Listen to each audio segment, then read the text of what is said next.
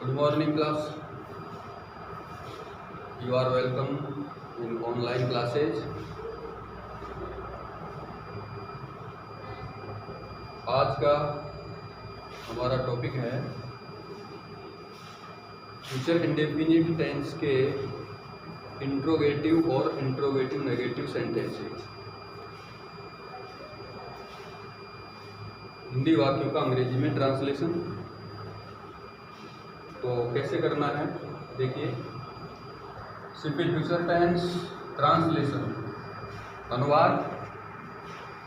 आज हम दो प्रकार के वाक्यों के अनुवाद सीख रहे हैं।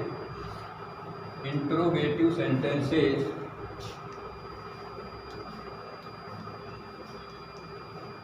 प्रश्नवाचक वाक्य। प्रश्नवाचक वाक्य जो कोई न कोई सूचना चाहते हैं, किसी व्यक्ति उसको स्थान परिस्थिति के बारे में जानकारी चाहते हैं, ऐसे वाक्यों को इंट्रोगेटिव सेंटेंस यानी प्रश्नवाचक वाक्य कहते हैं। पिछले वीडियो में आप सीख चुके हैं कि ये दो प्रकार से बनाए जाते हैं, सहायक क्रिया से, हेल्पिंग वर्ब से और डबल एस वर्ड से। लेकिन फॉर्मूला यही होता है। यदि वाक्य में डबल एस वर्ड होता है तो वो डबल एस वर्ड से शुरू हो जाएगा, और यदि उसमें डबल एस वर्ड है ही नहीं, हेल्पिंग वर्ब से बनना है उसको, तो वो हेल्पिंग वर्ब से चालू हो जाएगा। ये पिछले वीडियो में आपको बताया जा चुका है। चौथा है इंट्रोगेटिव नेगेटिव सेंटेंसेज, प्रश्नवाचक नकारात्मक वाक्य।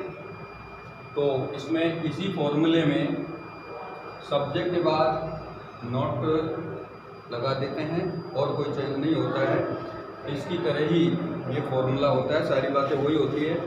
इंट्रोगेटिव और इंट्रोगेटिव नेगेटिव सेंटेंस के लास्ट में क्वेश्चन मार्क लगाना आवश्यक होता है, क्योंकि वो एक प्रश्न होता है। तो सबसे पहले हमको ये देख लेना चाहिए पहचान के आधार पर कि वाक्य का टेंस कौन सा है, फिर सेंटेंस कौन सा है, फॉर्मूला क्या है, वर्ब की कौन सी फॉर्म उसमें लगेगी। ये सारी बातें पहले से हमको ध्यान में हो, तब ट्रांसलेशन सही होगा। तो देखते हैं वह कितनी पुस्तकें खरीदेगा।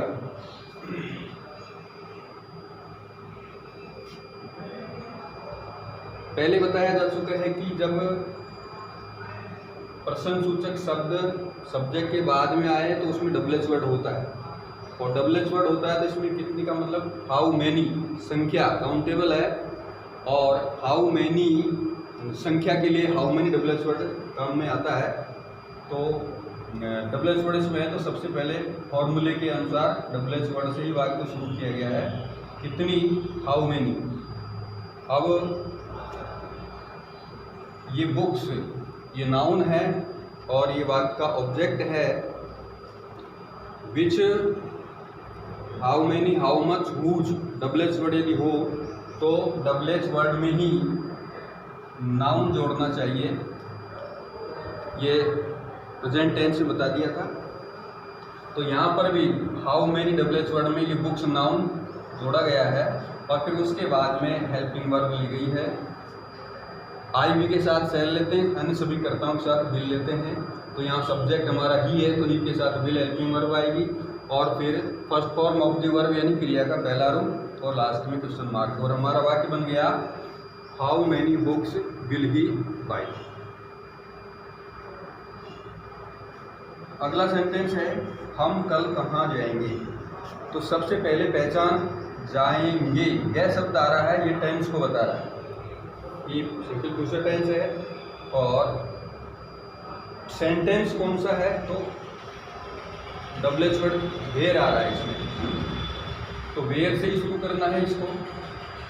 इंट्रोगेटिव सेंटेंस है, वेयर डबल एस वर्ड है तो वेयर से शुरू किया, वेयर फॉर्मूले के अनुसार। फिर हेल्पिंग वर्ब, इसका सब्जेक्ट है हम, वी। तो आई और वी के साथ हेल्पिंग वर्ब सेल का यूज होता है, तो सेल लगा दिया। सब्जेक्ट बी, हम की अंग्रेजी भी होती है, और उसके बाद में फर्स्ट फॉर्म, तो ये फर्स्ट फॉर्म गो, और आने वाले कल की अंग्रेजी टुमारो होती है। तो हम कल कहाँ जाएंगे? Where shall we go tomorrow. और क्वेश्चन,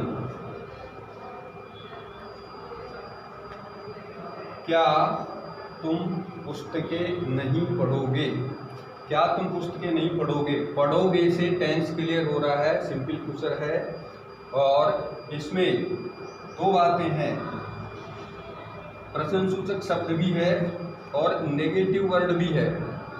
और इसलिए टेंस तो यहाँ से क्लियर हो गया, सिंपल फ्यूचर है, लेकिन सेंटेंस जब क्लियर कर रहे हैं हम तो उसमें ये इंट्रोगेटिव नेगेटिव आ रहा है, चौथा फॉर्मूला।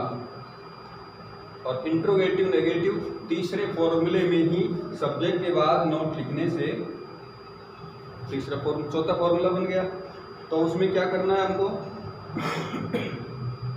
इस फॉर्मूले से, चौथे फॉर्मूले से वाक्य को लिखना है।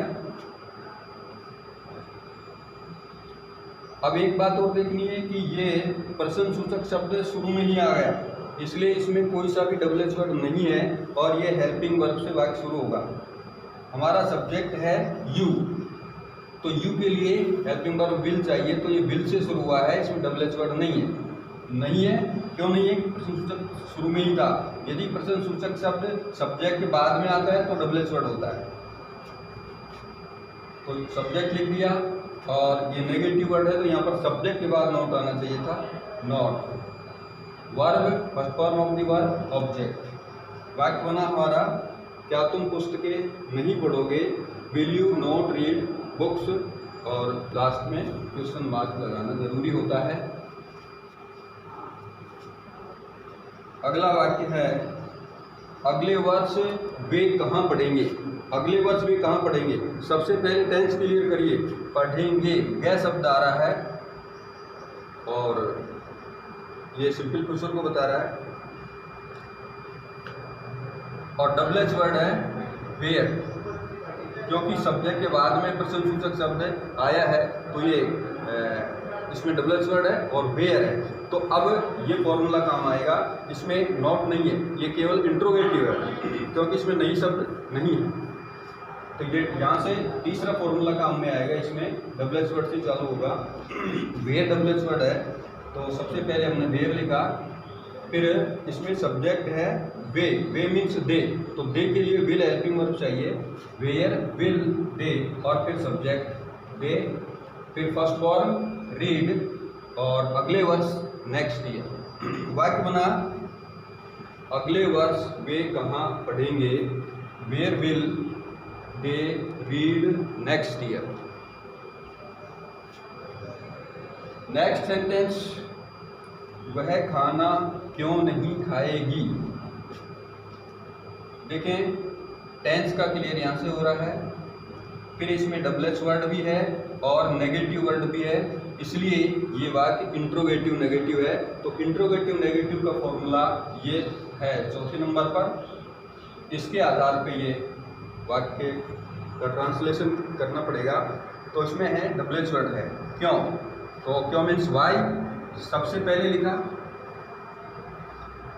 सब्जेक्ट सी है तो सी शैल विल में से एक हेल्पिंग वर्ब लेनी है, विल, फिर सब्जेक्ट, उसके बाद नेगेटिव वर्ड नॉट और फर्स्ट फॉर्म ईट, खाना, और ऑब्जेक्ट है फूड। वाक्य बना, वह खाना क्यों नहीं खाएगी? Why will she not eat food. तो इस प्रकार आपने देखा कि इसमें हमको सबसे पहले वाक्य के टेंस का पता लगा लेना चाहिए। वाक्य के हिंदी वाक्य के अंत में जो भी पहचान है उससे टेंस क्लियर करना चाहिए सबसे पहले। उसके बाद में फिर सेंटेंस पर विचार करना चाहिए, चारों में से कौन सा सेंटेंस है, ये अफर्मेटिव है, नेगेटिव है, इंट्रोगेटिव है या फिर इंट्रोगेटिव नेगेटिव है। ये सारी सूचना वाक्य के अंदर होती है, हमको फॉर्मूले के अनुसार उसको पहचान लेना चाहिए। फिर इसके बाद में उसका फॉर्मूला हमको याद होना चाहिए, वर्ब की फॉर्म याद होनी चाहिए, और उसके आधार पर आप इन वाक्यों, इन शब्दों को फॉर्मूले के अनुसार लिख जाइए, लिखते जाइए क्रम से राइट ऑर्डर में, और उपयुक्त चिन्ह लगाइए। अफर्मेटिव नेगेटिव में फुल स्टॉप लगाना जरूरी है, इंट्रोगेटिव और इंट्रोगेटिव में क्वेश्चन मार्क लगाना जरूरी है। अब आप और ऐसे वाक्य लेकर के इसका अभ्यास करें, सीखें। अपनी पुस्तकों का ग्रामर का सहयोग ले सकते हैं।